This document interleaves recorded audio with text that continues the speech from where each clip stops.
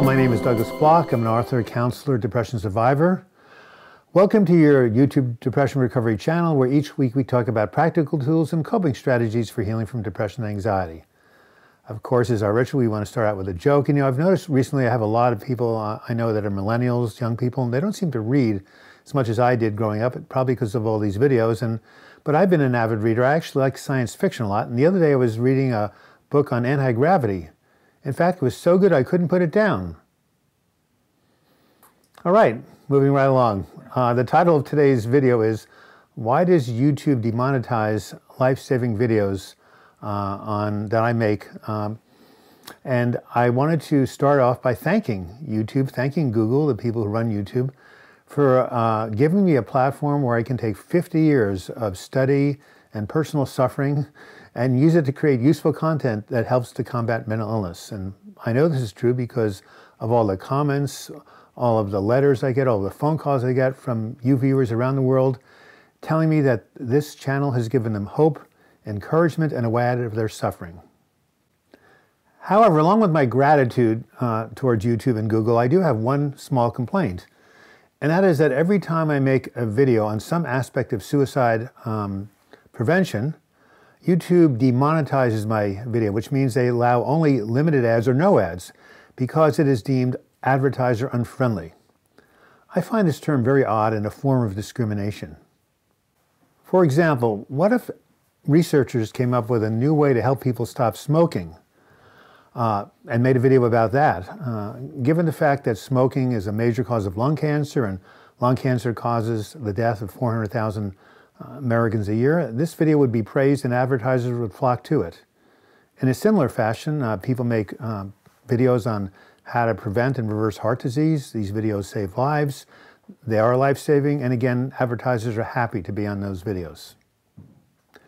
In the same way, anytime someone watches a video on suicide prevention and decides to reach out rather than harm himself, this too is a life-saving treatment. Now, I don't speak hypothetically here. Let me give you two quick examples.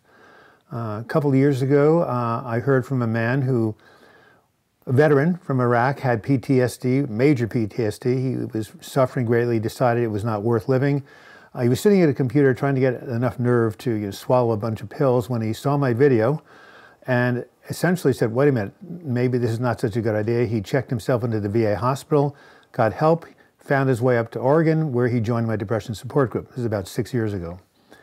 Another case, I was just doing a live chat maybe a few months ago. A person came on, said, yeah, I was about to give up, end it all. I saw your video. I went into the hospital and got help, and you don't know me, but your video saved my life. People often talk about terminal cancer, advanced heart disease, but depression is also a disease that can be terminal. This is because in about 90% of the cases when a person dies by suicide, that person was suffering from depression. So whenever I hear about a person who commits suicide, like my former roommate, I say to myself, this person died of a terminal disease called depression. How often does this tragedy occur? Well, it occurs every 12 minutes. Every 12 minutes someone dies by suicide, leaving behind waves of grief and anger and confusion among the survivors and those who are left behind. That's, what is that, every 12 minutes? That's 5 times an hour, 120 times a day? As I said in a previous video, that means that what if every day a plane full of 120 people exploded in the air and crashed day in and day out? There'd be a national outcry. People would demand that something be done about the structure of the plane or the mechanics or whatever is causing this. Well, the same thing is happening very quietly behind the scenes, but it doesn't make the front page of the New York Times, and no one seems to be doing anything about it in terms of a large societal effort. So, why are more people not paying attention, and why are suicide prevention videos considered taboo? I think this can be answered with a single word, and that word is stigma. Stigma about mental illness in general and suicide in particular. For example, for centuries, members of the Catholic Church who killed themselves were not allowed to be buried on church grounds. And in my support groups, many people who suffer from depression and anxiety, who are professionals, hide their diagnosis from their employers, from their coworkers, for fear of being demoted or let go. Of course, this stigma isn't warranted. Why should we distinguish between a disease of the brain versus a disease of the heart, the kidney, or the lungs. After all, the brain is just another organ, like these organs, and so it should be treated no differently.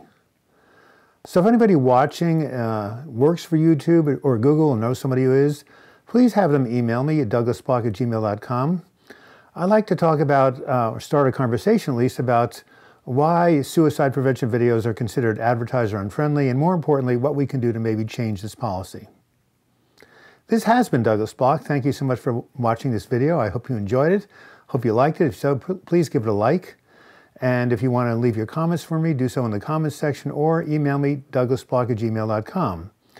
If you want to subscribe to this channel, which I hope you do, simply click on my photo when it comes up here and you'll be taken to the subscribe channel where you can hit the subscribe button. And if you want to help me make up for lost revenue from these videos I'm making, simply click on the Patreon image and you'll be taken to my Patreon page where for as little as $2 a month, you can become a sustaining member of this channel. And until we meet again, I wish you the best in your mental health recovery. Thank you so much for watching.